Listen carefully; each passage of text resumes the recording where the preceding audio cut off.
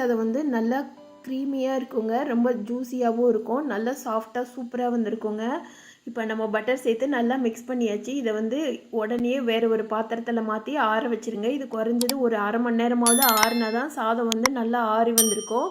ஒரு அகலமான பாத்திரத்தில் இந்த மாதிரி போட்டு எல்லாத்தையும் ஆற வச்சுருங்க. சாதம் ஆறுனதுக்கப்புறமா தான் நம்ம மித்த ஐட்டம்லாம் சேர்க்க போகிறோம்.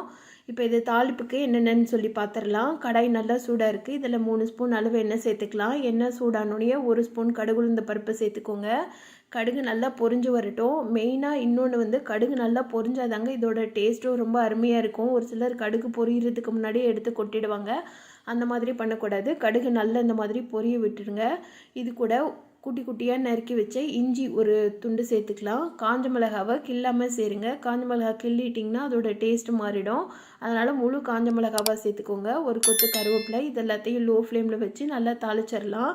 இது கூட நீங்கள் முந்திரி பருப்பு சேர்க்குறதுனாலும் சேர்க்கலாம், ட்ரை கிரேப்ஸ் சேர்க்குறதுனாலும் சேர்க்கலாம். நான் இன்றைக்கி அதெல்லாம் சேர்க்கல, சும்மா சிம்பிளாக தான் செய்திருக்கேன். இதுக்கே டேஸ்ட்டு ரொம்ப நல்லா இருந்ததுங்க. இது கூட கடைசியாக ஒரு 2 ஸ்பூன் அளவு பெருங்காயம் சேர்த்துக்கோங்க. பெருங்காயம் கண்டிப்பாக சேர்க்கணுங்க, அப்போ தான் டேஸ்ட்டு நல்லா இருக்கும். பெருங்காயம் சேர்த்தோன்னே ஸ்டவ் ஆஃப் பண்ணிடுங்க. ஸ்டவ் ஆஃப் பண்ணிவிட்டு அந்த ஹீட்லேயே ஆல்ரெடி நம்ம தாளிச்சிருக்கோம்ல, அந்த ஹீட்லேயே பெருங்காயம் வந்து நல்லா பொரிஞ்சு வரணும்.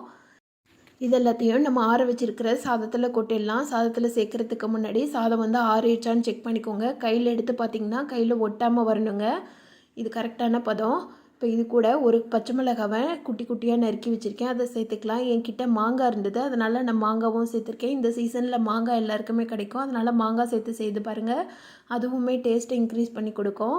இப்போ இது கூட நம்ம தாளித்து வச்சதை சேர்த்துடலாம். சேர்த்துட்டு தயிர் வந்து கெட்டியான தயிர் எடுத்திருக்கேன். வீட்டில் செஞ்ச தயிர் தான், புளிக்காத தயிர் எடுத்து ஒரு 100 ml அளவு தயிர் சேர்த்துருக்கேன். 200 ml அளவு காய்ச்சி ஆற வச்ச பால் சேர்த்துருக்கேன். ஃபுல் அண்ட் ஃபுல் தயிர் சேர்த்திங்கன்னா எப்படியா இருந்தாலும் புளிச்சிடும். அதனால் கால்வாசி தயிரும், தயிர் 1 மடங்குனா 2 மடங்கு பால் சேர்த்துக்கோங்க. அப்போ தான் தயிர் சாதம் வந்து நல்ல டேஸ்ட்டாக வருங்க. இது எல்லாத்தையும் சேர்த்து உப்பு சேர்த்துக்கோங்க. இதுக்கு தேவையான அளவு உப்பு சேர்த்துட்டு எல்லாத்தையும் நல்லா மிக்ஸ் பண்ணி விட்டுடலாம். இது கலரும் போது நல்லா அழுத்தி அழுத்தி கலருங்க. ஆல்ரெடி நம்ம பட்டர் சேர்க்குறதுனால இது கொஞ்சம் பொலபொலன்னு தான் இருக்கும். இதில் பால் ஊற்றி கலர ஆரம்பிச்சோன்னே சாதம் வந்து நல்லா இலக ஆரம்பிச்சிருங்க. பாருங்கள், சூப்பராக இலகி வந்திருக்கு. இது கூட ஒரு கொத்து கொத்தமல்லி தழை சேர்த்துக்கலாம். என்கிட்ட கிரேப்ஸ் இருந்தது, கிரேப்ஸ் இருந்து நான் சேர்த்துக்கிறேன். இது தவிர மாதுளம்பழம் இருந்ததுனாலும் சேர்த்துக்கோங்க. அதுவும் நல்லா கலர்ஃபுல்லாக இருக்கும், சாப்பிட்றதுக்குமே ரொம்பவே நல்லா இருக்குங்க. தயிர் சாதம், மாங்காய், கிரேப்ஸ் இது எல்லாத்தையும் சேர்த்து ஒன்றா வச்சு சாப்பிடும்போது அவ்வளவு டேஸ்ட்டாக இருந்ததுங்க இந்த தயிர் சாதம். இது எல்லாத்தையும் சேர்த்து நல்லா மிக்ஸ் பண்ணிடலாம்.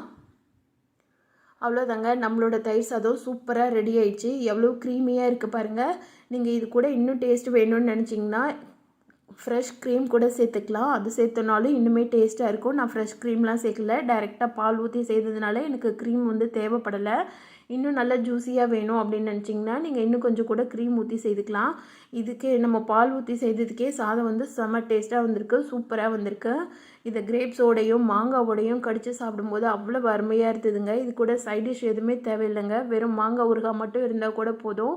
அவ்வளோ விரும்பி சாப்பிடுவாங்க பசங்களும். மதியம் லஞ்ச் கட்டி விட்றதுக்குமே ரொம்பவே சூப்பராக இருக்குங்க.